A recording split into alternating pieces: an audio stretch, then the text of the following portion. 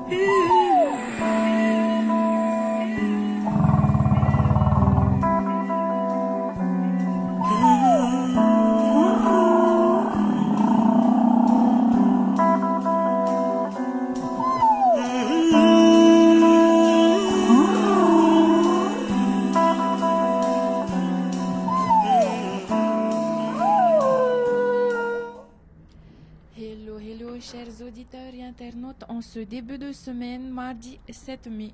On espère que vous avez passé un beau week-end sur les ondes de votre radio ITFM.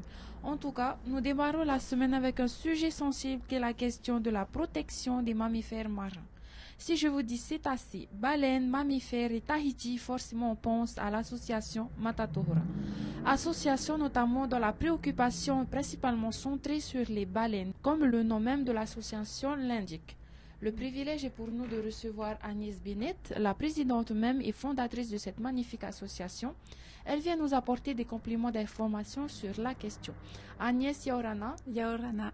Ce matin, tu viens parler de beaucoup de choses, mais on va d'abord commencer par parler de l'association que tu présides, nommée Matatohora. Alors, depuis quelle année Matatohora a-t-elle été fondée? Matatohora a été créée en 2013. Alors que je suis en Polynésie depuis 18 ans et j'observe et j'étudie les baleines et les dauphins. Et en fait, j'étais un peu triste de voir que moi, j'avais la chance de pouvoir observer, étudier les baleines et les dauphins. Et je pensais aux enfants du Fénois, des quartiers défavorisés qui, eux, n'ont pas cette chance. Et c'est comme ça que l'association a été créée. En fait, j'ai voulu emmener ces enfants voir les baleines. Et c'est l'événement pédagogique, la journée de la baleine, qui a créé l'association grâce à des partenaires qui, avec nous, peuvent emmener ces enfants. On est présent sur les 5 archipels pour pouvoir intervenir rapidement en cas de problème. Si les baleines, par exemple, sont prises dans des filets ou dans des lignes perlières ou des dauphins aussi. Donc nous formons des référents dans les îles et nous avons des référents sur les 5 archipels, ce qui permet des interventions rapides et efficaces puisqu'ils sont formés. Et est-ce que parmi les membres de cette association, il y a uniquement des bénévoles ou il y a également des... Il y a uniquement des bénévoles et lorsque nous avons des besoins particuliers et que les bénévoles soit n'ont pas le temps ou soit ne peuvent pas le faire, on peut passer des prestations de services, mais nous n'avons pas de salariés. Il y a plus des jeunes ou des... Un peu de tout. Nous avons des jeunes, même des enfants qui viennent pour sensibiliser les autres enfants par l'intermédiaire des jeux que nous avons créés. Et puis des personnes, j'ai envie de dire, de 7 à 77 ans. Quoi. D'accord. Et quelles sont à peu près les missions ou les objectifs de Matatohora? Alors la première mission, comme je l'ai dit, c'était de faire plaisir aux enfants des quartiers défavorisés qui ne peuvent pas aller voir les baleines et les dauphins et en même temps les sensibiliser, leur parler de ces animaux. Et étant biologiste marin, je fais de la recherche sur les cétacés depuis plus de 20 ans et 18 ans donc en Polynésie. Bien sûr, il y a des programmes innovants pour faire de la recherche et l'idée c'est d'améliorer les connaissances sur les cétacés et aussi connaître et mieux comprendre les dangers que les cétacés rencontrent, et notamment en Polynésie, pour pouvoir mieux les protéger. En ciblant en fait les problèmes que rencontrent les dauphins et les baleines, on peut plus facilement les protéger puisqu'on sait quel est le danger qu'ils rencontrent. Non. La sensibilisation. Bon, il y a le côté donc recherche, comme je disais, et la sensibilisation est très importante.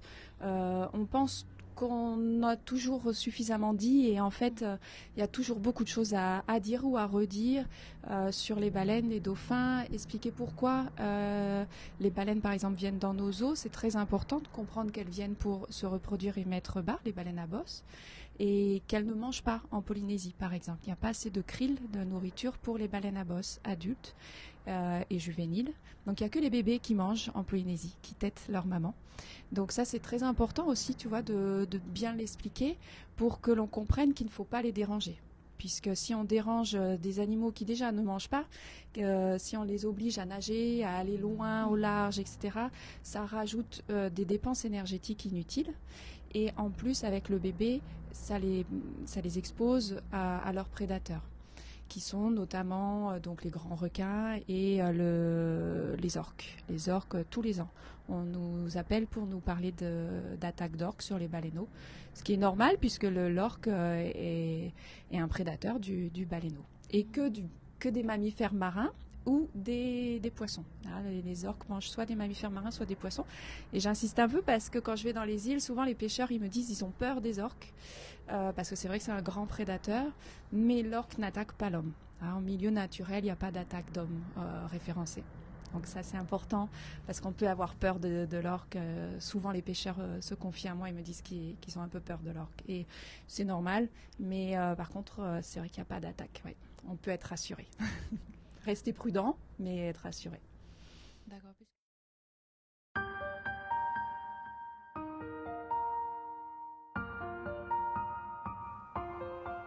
Les baleines à bosse viennent tous les ans de l'Antarctique jusqu'en Polynésie pour se reproduire et mettre au monde leurs baleineaux.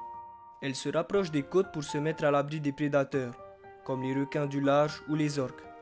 Mais nous le savons, le plus grand prédateur de ces animaux fantastiques, c'est l'homme. La Polynésie française est un sanctuaire où les mammifères marins sont protégés. Malgré tout, une pression les entoure. Victimes de leur succès, de plus en plus de personnes s'approchent des baleines. Alors attention, si nous ne respectons pas leur intimité, elles se mettent en fuite, ce qui provoque une dépense énergétique inutile, d'autant qu'elles ne se nourrissent pas en Polynésie. Et fuir ces zones de nurserie revient à mettre en danger les jeunes baleineaux. D'accord, puisque nous avons parlé de l'association, nous allons passer à un autre sujet. Vous aviez un site internet, mais à part ça, vous lancez un appel aux dons sur la plateforme local crowdfunding. Oui, c'est Reva. Les fonds récoltés serviront à quoi concrètement? Alors déjà nous en faisant cet appel le programme il s'appelle Allô Cétacés. Allô Cétacés c'est un appel fort en fait, c'est un appel pour comprendre qu'il y a une urgence à agir ensemble pour protéger les mammifères marins en Polynésie. La Polynésie c'est 5 millions de kilomètres carrés d'océan, donc c'est énorme, on est en première ligne. Les baleines à bosse migrent dans nos eaux, mais après elles repartent. Donc effectivement, on est vraiment bien placé pour protéger ces animaux. Et donc Allô Cétacés, c'est non seulement effectivement une récolte de dons, mais aussi un appel un peu au secours quoi, pour les cétacés, un appel à la sensibilisation, une prise de conscience. Et donc ça servira à des conférences éducatives. Donc toujours pareil, notre priorité reste les enfants des quartiers défavorisés pour les emmener en mer et leur faire des conférences éducatives sur l'eau. Et aussi dans les écoles. Donc là, après, ça touchera tous les scolaires, et tous les niveaux, de l'école primaire même jusqu'à l'université. Pour les plus petits, on utilise des jeux pour que ce soit plus ludique. Et aussi, donc toujours la prévention sur l'eau, comme je disais, les interventions d'urgence. Donc on veut renforcer ça, donc plus de présence, donc ça demande plus de moyens. Donc, et aussi donc, un beau projet qui va apparaître au musée de Tahiti grâce au partenariat du musée, une belle sculpture à taille réelle de dauphins. Réalisé par un sculpteur, et Teva Victor va venir aussi bénévolement nous aider pour mettre sa petite touche artistique. Et donc c'est un dauphin à taille réelle qui sera au musée Tahiti et ses îles pour sensibiliser sur la prévention de la protection des cétacés. Donc on parle bien sûr des problèmes de déchets, les plastiques que l'on retrouve de plus en plus dans les estomacs des cétacés, tous les polluants, malheureusement en tout genre j'ai envie de dire parce que ça manque pas, et puis l'intervention de l'homme. Par exemple, le dauphin à long bec que l'on retrouve ici est un des dauphins le plus représenté sur la planète. Il y en a partout, mais aussi en danger parce qu'il est pêché accidentellement dans les filets partout dans le monde, pas forcément ici en Polynésie, mais dans le monde. Et partout dans le monde et ici aussi, par contre, il est dérangé. Il est souvent dérangé, ce dauphin, parce qu'il vient très près des côtes pour se reposer. Donc c'est au moment où il se repose qu'il est le plus dérangé, en fait, puisqu'il vient là, on le voit dans la baie de Punawiya, et dans cette baie, il vient tous les matins pour se reposer. Donc il continue à nager, alors on n'a pas l'impression qu'il dort en fait, mais c'est ce qu'on appelle le repos, c'est le sommeil pour le dauphin. Et là souvent il est dérangé pendant son sommeil. C'est très embêtant parce que si on perturbe un animal pendant son sommeil, après il ne peut pas avoir une vie normale en fait. C'est comme nous, si on nous réveille toutes les nuits. Voilà. Et donc c'est aussi un appel avec cette sculpture à taille réelle de dauphin à long bec, qui sera donc dans les musées, dans les jardins du musée de Tahiti, donc accessible à tous gratuitement. Donc ça servira de support pédagogique et de support de communication pour faire un cri fort pour protéger ce dauphin et tous les cétacés.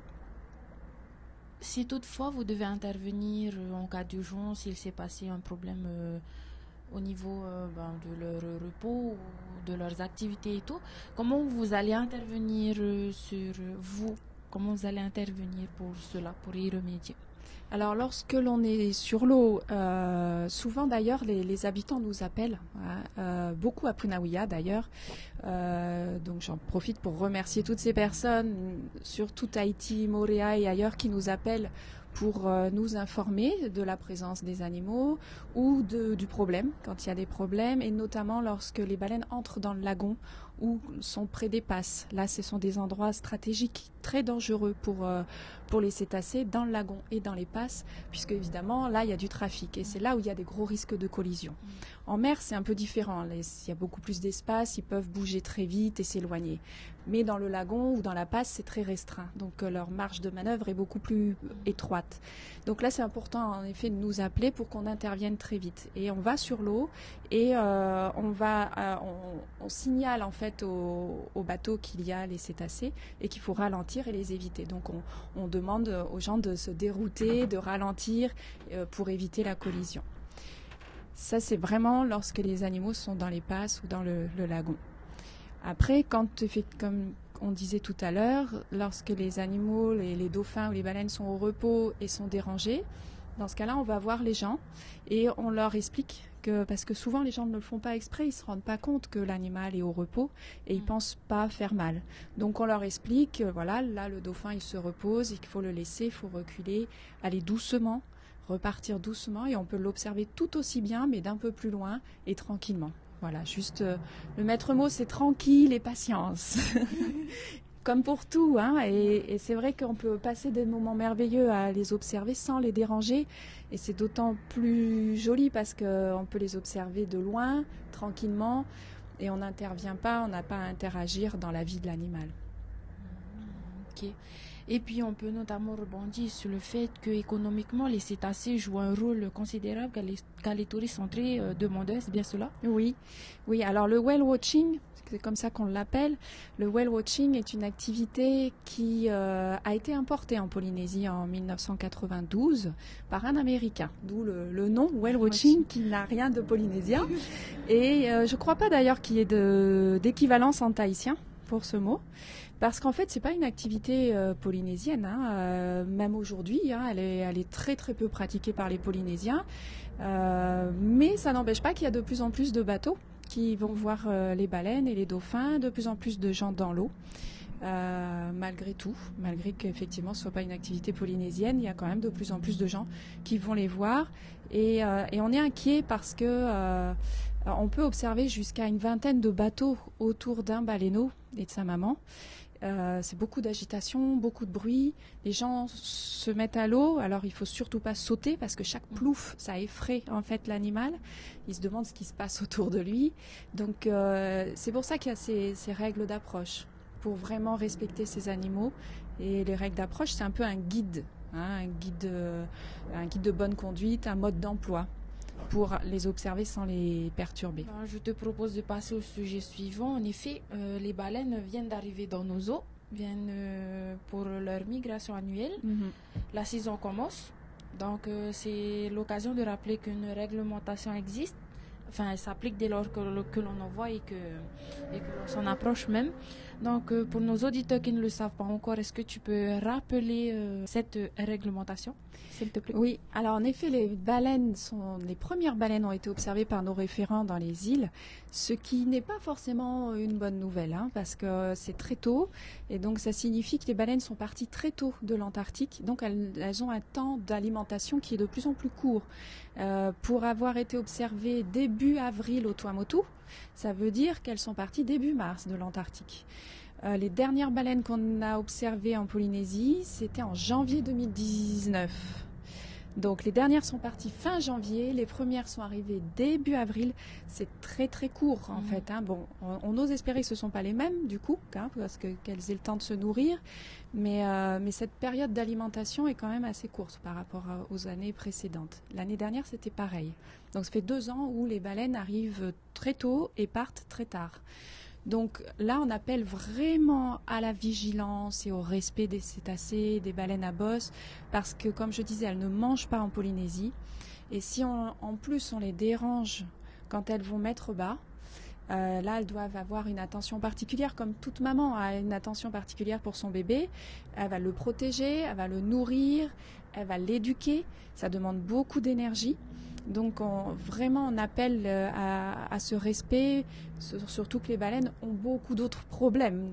Elles ont de moins en moins de nourriture, elles doivent parcourir de plus en plus de distance pour aller se nourrir, il y a le réchauffement climatique, etc. Donc nous, en tant qu'humains, si on peut limiter notre impact, c'est tout simple, c'est juste les règles d'approche qui ont été mises en place par le gouvernement de la Polynésie en 2002. Donc quand le sanctuaire a été créé en 2002, c'est un des plus grands sanctuaires au monde, avec des règles d'approche qui ne sont pas compliquées et qui sont là vraiment, comme je disais, comme un mode d'emploi pour les respecter, ces animaux. Donc c'est tout simplement, lorsqu'on observe, souvent c'est d'abord le souffle ou une caudale ou un dos. Lorsqu'on observe de loin un dos de baleine ou une baleine, on ralentit. Dans un rayon de 300 mètres, on passe à 3 nœuds. Donc vraiment tout doucement. Pourquoi ? Parce que ça permet d'observer déjà si la baleine est avec un baleineau, dans quel comportement elle est, si elle dort, si elle saute, etc. Et de ne pas l'effrayer. Donc on va tout doucement, parce que c'est comme si quelqu'un nous courait dessus à fond, ou une voiture arrive à fond sur nous, on va avoir peur. Donc si ça va tout doucement, déjà on ne l'effraie pas. Et on reste ensuite à 100 mètres. On reste à 100 mètres de cet animal.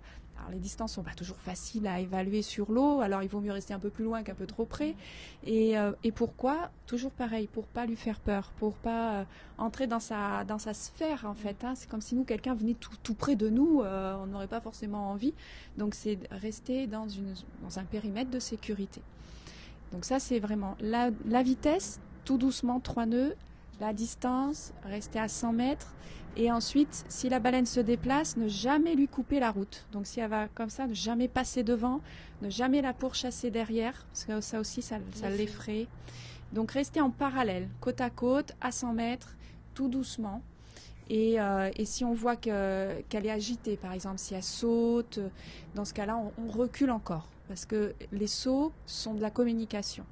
La queue aussi, quand elle tape avec sa nageoire caudale plusieurs fois, c'est un peu comme le chat qui tape sa queue avant de griffer, c'est qu'il est agacé. Il y a quelque chose qui ne lui plaît pas.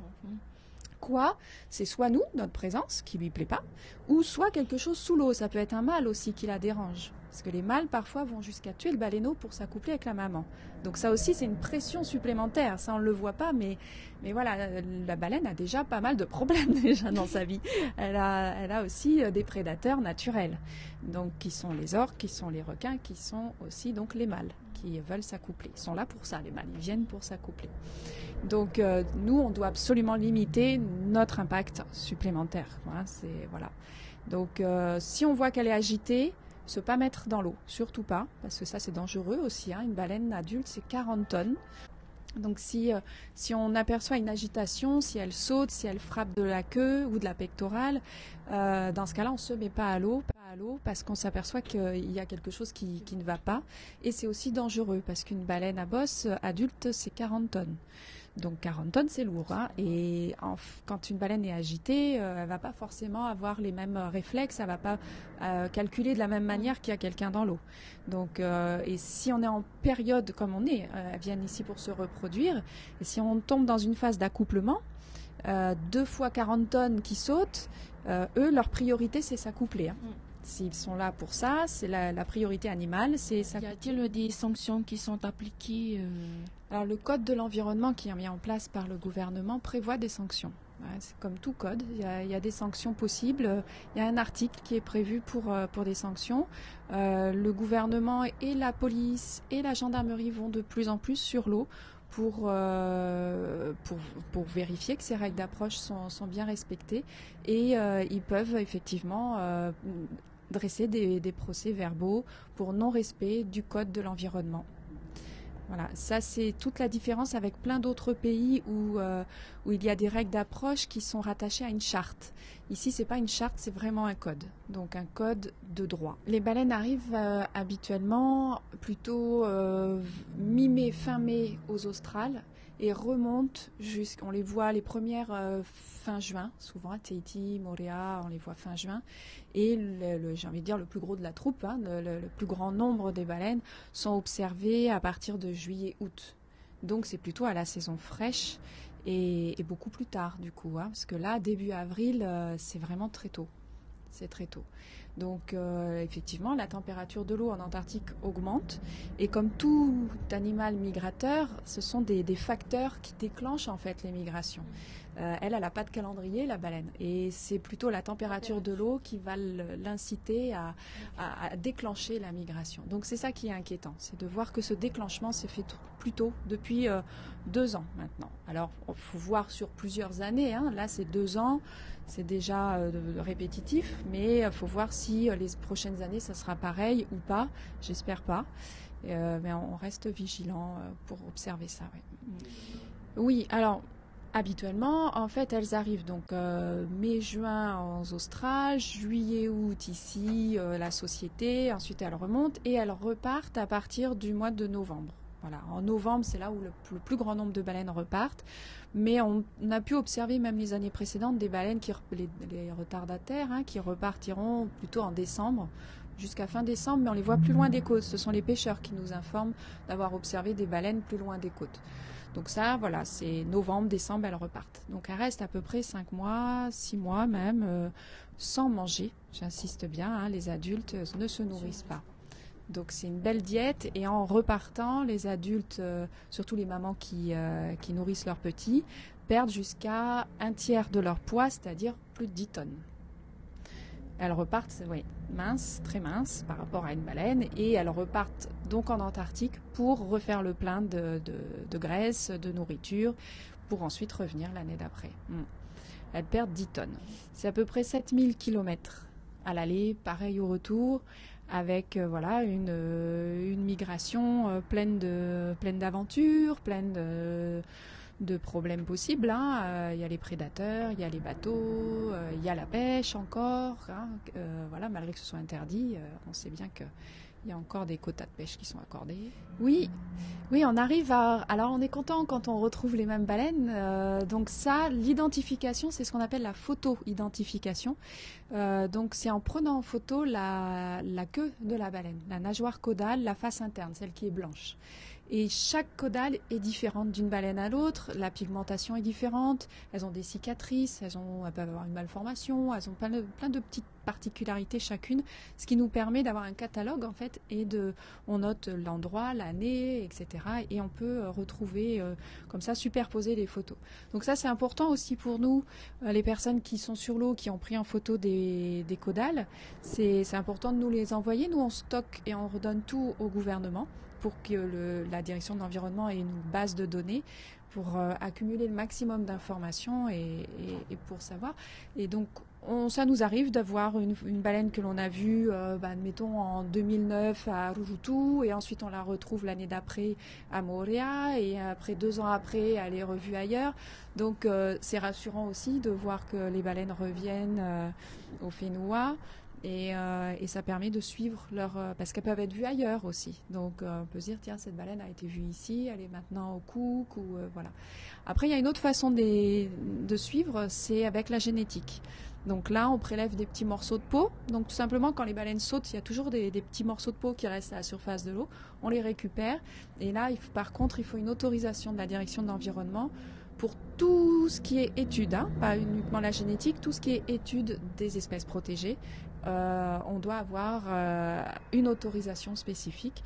Donc nous avons les autorisations bien sûr depuis qu'on travaille sur les baleines et les dauphins. Donc ça nécessite ça parce qu'on ne peut pas véhiculer en fait aussi des informations et réceptionner des bouts de peau. Il ne faut pas le faire n'importe comment non plus. Il ne s'agit pas d'aller chercher un bout de peau. Voilà, donc c'est très précis. On voit plus de baleines, donc ça c'est plutôt rassurant. Il y a de plus en plus de baleines. Elles ont été massacrées en 40 ans. En 40 ans, plus de 2 millions de baleines ont été tuées, 200 000 baleines à bosse. Et les derniers recensements ont montré qu'il y avait à peu près 1% de la population d'origine. Il ne restait que 1%. Donc c'est pour ça qu'il faut faire attention. Mais on s'aperçoit que le nombre augmente quand même petit à petit. Donc ça c'est rassurant. On est encore loin du quota qu'il faudrait atteindre pour que l'espèce ne soit plus en danger. Mais on est optimiste parce qu'on s'aperçoit que le taux de reproduction en fait est accéléré. Voilà, elles se reproduisent. Avant c'était tous les 2-3 ans et maintenant c'est plutôt 1-2 ans. Ça c'est la nature, l'intelligence animale en fait qui fait que comme c'est une espèce en danger, ils se reproduisent plus. Après il y aura le problème de l'alimentation, c'est-à-dire que voilà, si à un moment donné les ressources alimentaires, donc le krill en l'occurrence, s'il y en a plus assez, elles pourront plus non plus trop se reproduire parce qu'elles n'auront plus assez à manger. Et c'est un peu le côté critique là, comme pour tout, comme pour les poissons. Voilà, il faut vraiment protéger aussi la ressource. D'un côté, protéger les animaux, les cétacés, mais aussi la ressource et tout le milieu marin. Et donc, à revenir à Allo Cétacés, notre programme Allo Cétacés, l'appel à dons, c'est aussi sensibiliser sur tout ça, sur le problème des déchets, des plastiques, sur le problème de l'alimentation, de la surpêche, de la dégradation du milieu. Donc, c'est toutes ces petites choses que l'on peut faire, nous, à notre niveau. Bien sûr, on ne peut pas protéger la terre entière, mais chacun protège devant, voilà, chacun, comme on dit, moi je suis espagnole et comme on dit en Espagne, chacun protège devant sa porte. Et du coup, on peut faire par petites actions des grosses actions. C'est pour ça qu'Allo Cétacés, c'est un appel au don, mais un appel aussi à l'aide en général. C'est-à-dire, c'est sensibiliser à l'urgence aujourd'hui d'agir tous ensemble. C'est vraiment ça. Et c'est plein de petites choses qui peuvent faire des monuments en fait. Donc on espère que chacun va avoir cette sensibilité et apporter sa petite pierre à l'édifice et même juste en action, en pensée ou à être sensibilisé à se dire ah oui, ça faut faire attention, je vais pas déranger les baleines parce qu'elles mangent de moins en moins, elles sont fatiguées, elles doivent éduquer leurs petits, etc. Et avoir ce réflexe en fait. On voudrait que ça arrive à un réflexe. La baleine à bosse, elle vit à peu près 50 ans, en moyenne, à peu près 50 ans. Elle se reproduit à partir de l'âge de 5 ans. Et peut avoir, donc, la femelle peut avoir un bébé tous les 1-2 ans maintenant. Voilà, donc 50 ans, c'est pas beaucoup. C'est des cycles assez courts, finalement. Voilà. Alors que les dauphins, c'est un peu plus court encore. Les dauphins, ça peut être de l'ordre de 20 ans pour le dauphin à long bec. Voilà. Parce qu'on parle beaucoup des baleines, c'est vrai, mais on travaille aussi sur les dauphins. Les dauphins sont aussi beaucoup dérangés et rencontrent beaucoup de soucis aussi. Encore il n'y a pas longtemps, j'ai dû enlever un bout de plastique dans la bouche d'un dauphin. Il jouait avec et après, voilà, ça rentre dans sa bouche, dans l'estomac, et c'est plein de petits bouts de plastique qui font qu'à la fin, on retrouve de plus en plus de cétacés échoués avec l'estomac rempli de plastique. C'est catastrophique. Alors, il y a une partie d'incivisme, mais aussi c'est parce qu'on baigne dans cette société de plastique, on baigne. C'est à nous de petit à petit de changer nos habitudes, mais on sait très bien qu'on ne change pas les habitudes du jour au lendemain. On est entouré de plastique. On va au magasin, il y a du plastique. Donc, c'est vrai qu'il y a plein d'habitudes à changer. Petit à petit, j'ai espoir que les choses avancent. Déjà, avant, on n'en parlait pas. Aujourd'hui, c'est déjà bien d'en parler, de sensibiliser. Et on voit les mentalités qui évoluent, les actions qui se mettent en place et la réaction des gens aussi. Moi, je ne sais pas si c'est parce que je suis entourée que de personnes qui font attention à ça, mais dans notre association, je vois des bénévoles. Ils vont faire leurs courses, ils ont des petits sachets en tissu. Pour les légumes, pour les fruits, ils ne prennent pas les sachets plastiques des magasins. Donc voilà, ça fait plaisir de voir que petit à petit, les choses se mettent en place. Et après, à faire très attention, surtout à la saison des pluies. On sensibilise beaucoup pendant la saison des pluies parce qu'on ne se rend pas compte, mais les déchets, ils partent dans la rivière et tout finit dans le lagon, en fait, et dans la mer. Ça part de la montagne pour aller à la mer systématiquement. D'ailleurs, ça me permet de faire une petite parenthèse sur la sculpture à taille réelle, la sculpture de dauphin qui est en bois flotté et qui est réalisée aussi en partenariat avec une autre association de protection de l'environnement, du terrestre. Donc c'est la mer et la terre qui s'unissent pour protéger la terre, la planète.